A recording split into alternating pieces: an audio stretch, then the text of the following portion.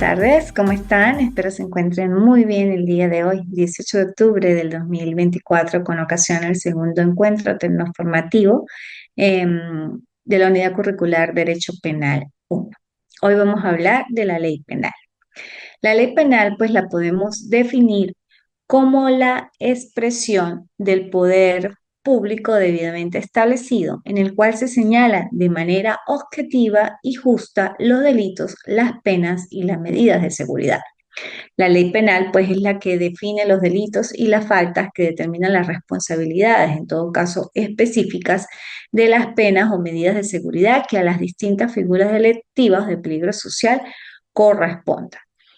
En cuanto a la Constitución o una de las partes de las garantías de esta ley penal, pues también tiene su base constitucional, la Constitución y otras fuentes del derecho. La Constitución, pues, es la norma suprema y el fundamento del ordenamiento jurídico.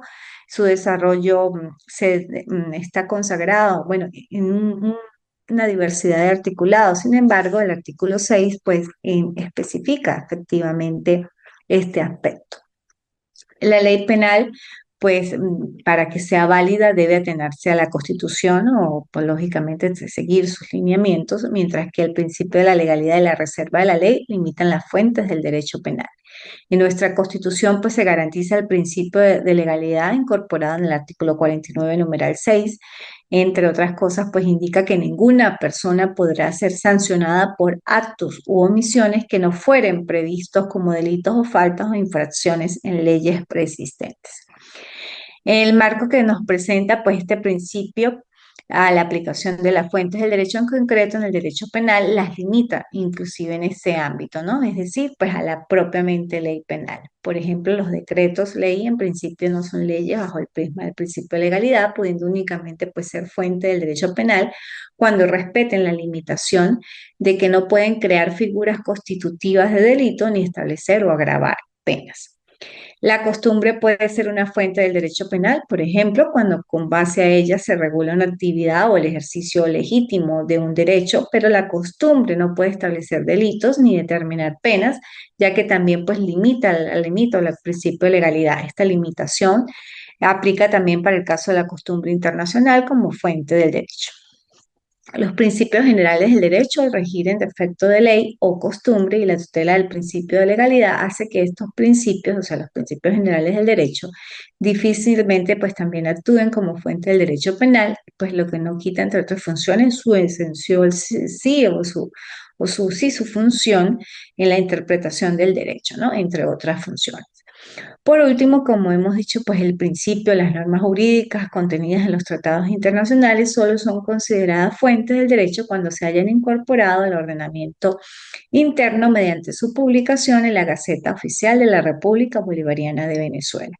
Pero aún así, pues no estaremos ante una ley formal capaz de crear una figura delictiva, determinar una pena, una medida de seguridad o agravar las mismas. Por lo dicho anteriormente y dado, pues, que los tratados internacionales no definen las penas aplicables, las cuestiones planteadas requieren en cualquier caso, pues, una ley orgánica que la incorpore el ordenamiento de materia formal, de manera, pues, formal. La expresión fuentes del derecho penal, bueno, pues hay muchas definiciones o así conceptualizaciones con respecto a este punto. Sin embargo, bueno, las más comunes es que se emplea para designar la autoridad encargada de editar las normas jurídicas que se desvían las llamadas fuentes de producción, la voluntad que dicta las normas vigentes en un lugar y en un momento determinado, y también, pues, se emplea para referirse a la forma en que el derecho objetivo asume la vida social o es la forma como se manifiesta, ¿no?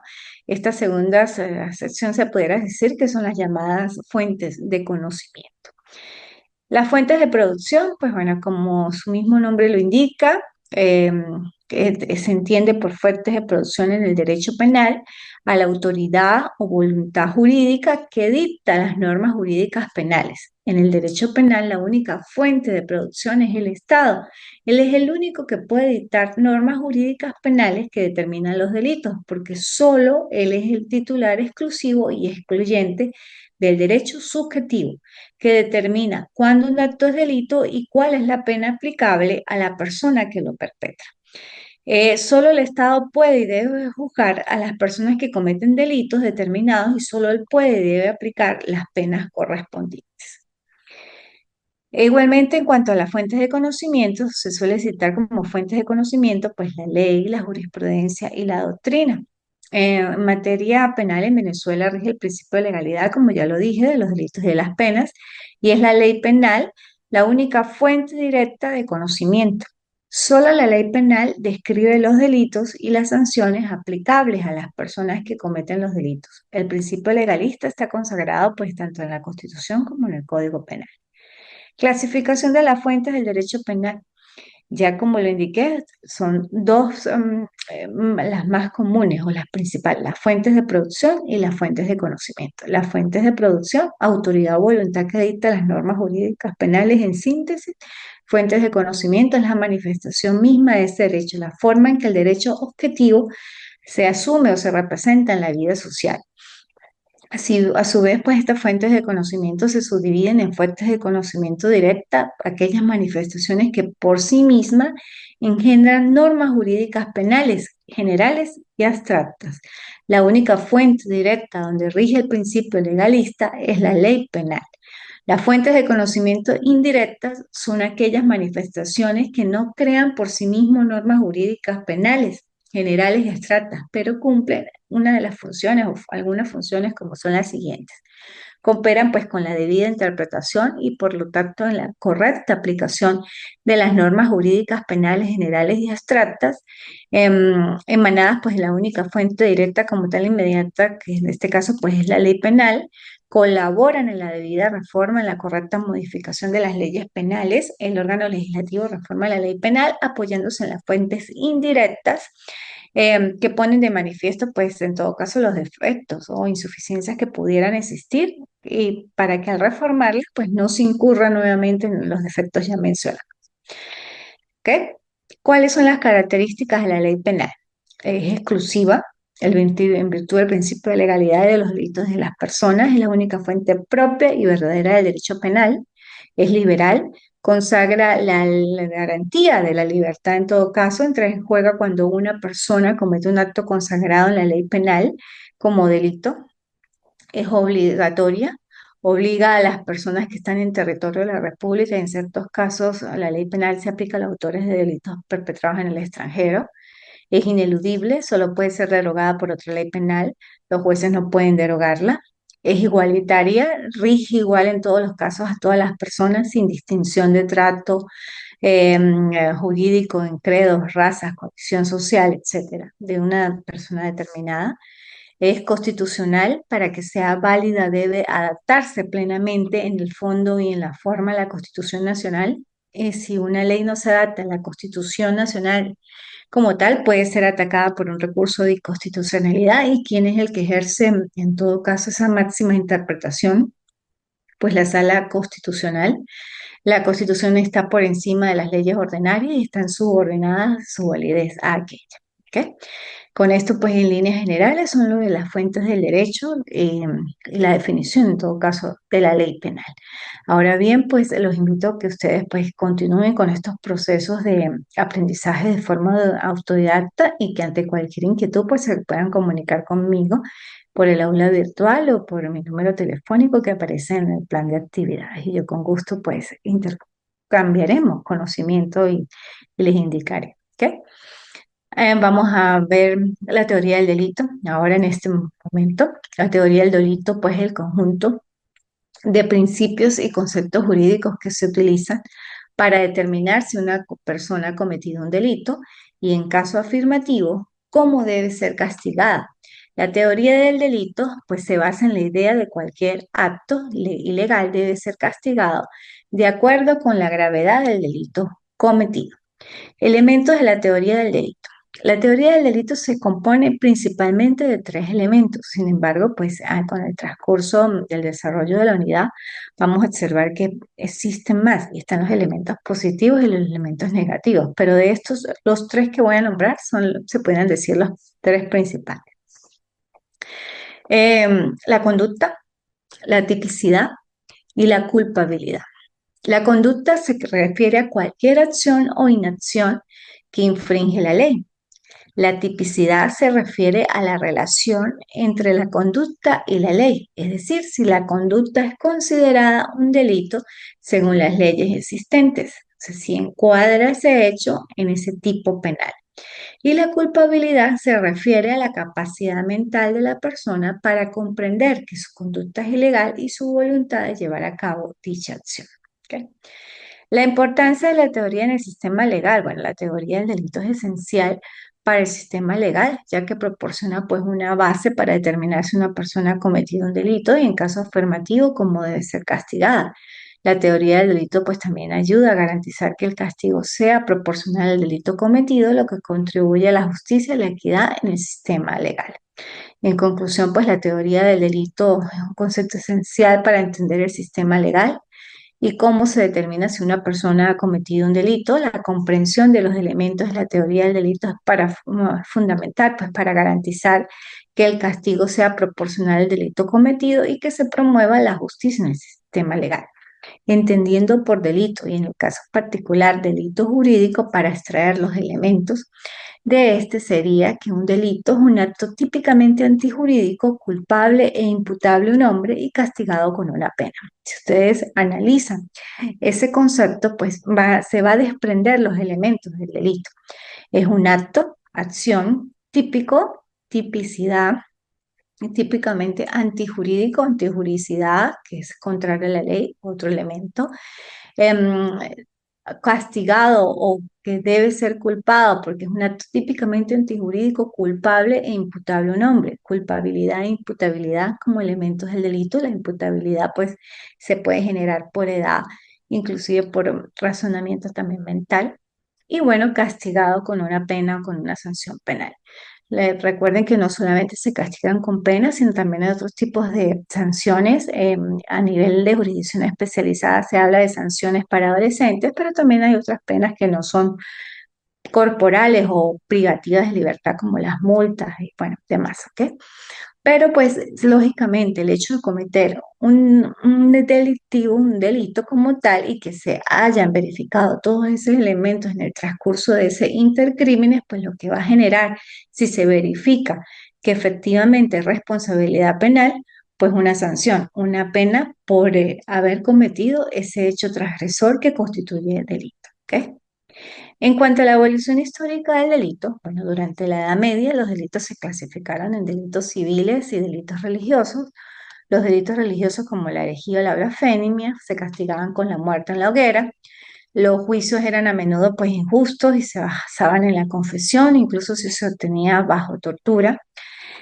Igualmente, en lo que fue la parte de la ilustración y la modernidad, el delito se consideró como un problema social y se centró en la rehabilitación en lugar de la venganza. En la modernidad, pues se desarrollaron muchos sistemas legales más sofisticados, pues basados ya en la presunción de inocencia, el derecho a un juicio justo. Se hicieron inclusive esfuerzos para reforzar el sistema penitenciario y reducir la frecuencia de la pena capital. En la actualidad, bueno, el delito sigue siendo un problema social y se han introducido nuevas formas de delito como el ciberdelito, la delincuencia organizada, la tecnología pues también ha permitido una mayor capacidad tanto para la prevención, pero también para pues la comisión de delitos, ¿no? Y bueno, lógicamente para el enjuiciamiento del mismo, como el uso de las cámaras de vigilancia y análisis de datos. En conclusión, pues la evolución histórica del delito ha sido un proceso en constante cambio y ha sido influenciada por los cambios culturales y sociales en todo el mundo. A medida que cambian las sociedades, pues lógicamente también cambia la forma en que se define y se trata el delito y es importante entender pues la historia del delito para poder abordar, si se pudiera decir, eficazmente el problema de la sociedad actual. O sea, a medida que la sociedad avanza, inclusive se generan nuevas formas de comisión de hechos delictivos. Entonces, es algo que el Estado, con sus políticas públicas, va de la mano. Si existe una ley, o en este caso en Venezuela, un código penal como norma sustantiva que describe hechos y los cataloga como tipos penales, pues también Ha creado leyes especiales penales que también describen conductas que constituyen delitos y que están en leyes especiales penales, ¿ok? Por si en el Código Penal, pues nos aparecen allí reflejados y esto con atención a que no afecte, pues, el principio de legalidad, porque si no es típico, o sea, no es punible, no hay delito, ¿ok? La acción dentro del delito, pues, un elemento fundamental en la teoría del delito se refiere a la conducta que se considera delito en virtud de la ley. Esta conducta puede ser tanto una acción como una omisión, es decir, una falta de acción en una situación en la que la ley exige determinada conducta. ¿Cómo se determina la acción dentro del delito? Bueno, la acción dentro del delito se determina en función de si la conducta realizada por una persona es contraria a la ley. Para determinar si es ilegal, se analizan, pues, factores en el contexto que llevó a cabo esa conducta, las circunstancias en las que cometió el delito y el impacto que tuvo las personas afectadas. Lógicamente que para que exista acción tiene que haber exteriorización, materialización, o sea, ejecución del acto, movimiento, acto, acción, moverse, porque si solamente es pensado, pues lógicamente no es punible. O sea, la acción tiene que estar materializada en el mundo, ¿no? En el contexto. Tipo de acciones dentro del delito. Existen varios tipos de acciones dentro del delito, como la acción dolosa, que se refiere a la conducta intencionalmente ilegal, y la acción culposa, que se refiere a la conducta que se realizó por negligencia o descuido. La importancia de la acción dentro del delito, en la teoría del delito, bueno, es un elemento fundamental, como ya indiqué, en la teoría del delito, permite establecer si una persona ha cometido un delito y en consecuencia si debe ser castigada. La comprensión de la acción dentro del delito también es importante para garantizar que se castigue solo a aquellos que han actuado de manera ilegal y no a aquellos que han actuado dentro de los límites de la ley, ¿no? En conclusión, pues la acción dentro del delito es un elemento fundamental en esta misma teoría y es necesario para determinar efectivamente si esa persona o una persona ha cometido o no un hecho delictivo. Y lógicamente, pues garantiza el sistema legal, ¿no? Voy a hacer una breve pausa, pues, para dar la frase de la actividad 4. Mejor que el hombre que sabe lo que es justo es el hombre que ama lo justo. Mejor que el hombre que sabe lo que es justo es el hombre que ama lo justo. Mejor que el hombre que sabe lo que es justo es un hombre que ama lo justo. Esto lo dijo Confucio. ¿Ok?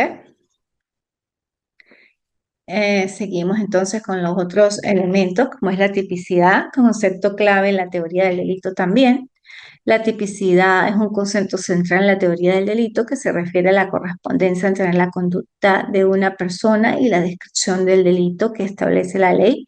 En otras palabras, pues la tipicidad se refiere a la pregunta de si una conducta se ajusta o no a la definición legal de un delito. Recuerden, hecho, conducta, comportamiento que encuadre en un tipo penal.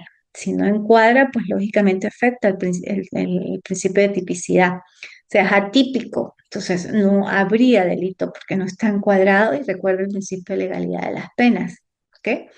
Esa conducta tiene que ser debidamente descrita en ese tipo penal o esa norma penal. Por ejemplo, el artículo 405 del Código Penal me dice el que intencionalmente haya dado muerte a otro. O sea, un tipo penal simple me está diciendo una persona puede dar muerte a otra persona y podrá ser castigado con tal pena. Entonces, el que aplicó la intención, por eso se llama homicidio intencional simple, materializó su pensamiento en una acción porque cercenó la vida de otra persona y lógicamente como haber cercenado la vida de esa persona, pues tiene una pena. ¿Ok? Entonces ese es un tipo penal de los más básicos, de los más simples, que describe un hecho y que pues impone una pena por la transgresión de ese hecho. Y lógicamente la pena se va a aplicar en el momento que se declare responsabilidad penal. ¿Ok? ¿Cómo se determina la tipicidad? Se determina lógicamente analizando si la conducta de una persona se ajusta a lo que ya dije, a la descripción del delito establecida en la ley. Este análisis pues implica la comparación de la conducta de la persona con los elementos específicos del delito, como la acción ilegal y lógicamente la intención criminal. O sea, son muchos factores que operan en el momento de poder estimar y verificar también la tipicidad del delito. La tipicidad pues es importante porque también determina si una persona ha cometido un delito y por lo tanto pues debe ser castigada. Ayuda a garantizar que las personas no sean castigadas por conductas que no son delictivas o que no estén expresamente prohibidas por la ley. Diferentes tipos de tipicidad, bueno, existen diferentes como la tipicidad objetiva, que se refiere si la conducta de una persona se ajusta a la descripción legal del delito, y la tipicidad subjetiva, que se refiere a la intención criminal de una persona de cometer un hecho delictivo. En conclusión, pues la tipicidad, como ya le indiqué, es un punto clave en la teoría del delito y es necesaria para determinar principalmente si una persona ha cometido o no un hecho delictivo. La comprensión de los diferentes tipos de tipicidad además es importante para aplicar correctamente la ley y garantizar, lógicamente, la justicia en este sistema legal, el sistema legal. Otro de los elementos, bueno, es la antijuricidad, que se refiere a la ilegalidad de una conducta. En otras palabras, una conducta es antijurídica si va en contrario con lo establecido en la ley, o sea, choca. Es contraria a la ley, por eso antijurídica, porque es antagónica, es contraria a la ley. ¿Cómo se determina la antijuricidad? Pues analizando si una conducta específica es contraria a la ley y si no existe una justificación legal para dicha conducta. Por ejemplo, si una persona roba un objeto, esa conducta es antijurídica porque va en contra de la ley que prohíbe el robo y lógicamente no hay una justificación legal para esa acción. O sea, si efectivamente pasa la propiedad de una persona, independientemente que sea con agresión o sin agresión, a su propiedad o a su posesión, pues puede haber robo, puede haber hurto. O sea, es una conducta que no se justifica ante cualquier situación y lógicamente está robando, está hurtando. Y esa conducta es antijurídica porque es contra de la ley y lógicamente está tipificada en una norma, ¿ok? Y en la ley, pues en la ley penal. Igualmente, pues es importante porque también determina si una persona no ha cometido un delito y si ha cometido el delito, pues debe ser castigada. La comprensión de la antijuricidad es importante también para garantizar que estas personas sean castigadas solo por conductas que van en contra de la ley y no por acciones que están permitidas por la ley. Las excepciones, bueno, aunque la mayoría de las conductas antijurídicas no están permitidas por la ley, existen algunas excepciones, por ejemplo, la legítima defensa. Es una excepción a la antijuricidad, ya que permite que una persona use la fuerza para protegerse a sí misma o a otros de una amenaza inminente. Lógicamente, pues es importante porque es necesario para determinar si una persona ha cometido un delito en caso de la antijuricidad como tal. Pero en este ejemplo de la legítima defensa, pues hay que reunir o verificar ciertos elementos claves para determinar si existe legítima defensa, como ejemplo, proporcionalidad del medio empleado, que es necesaria para verificar si es una causa o sea, que no exista antijuricidad, que es una causa que puede justificar ese comportamiento antijurídico y que está sobre la línea de la legítima defensa siempre y cuando reúna los elementos propios de la legítima defensa. Por eso todo es una estimación, una consideración, una valoración de cada caso particular porque cada caso es único. La culpabilidad, también otro elemento, se refiere a la capacidad de una persona para ser responsable de sus acciones y ser castigada por ellas en caso de que se haya cometido un delito. La culpabilidad pues implica que la persona sabía lo que estaba haciendo y que actuó intencionalmente. Es ese llamado juicio de reproche. Elementos de culpabilidad. Hay tres elementos que componen la culpabilidad como tal en la teoría del delito y es el conocimiento, la voluntad y la imputabilidad. El conocimiento pues se refiere a la comprensión de una persona sobre lo que está haciendo, por eso se llama conocimiento.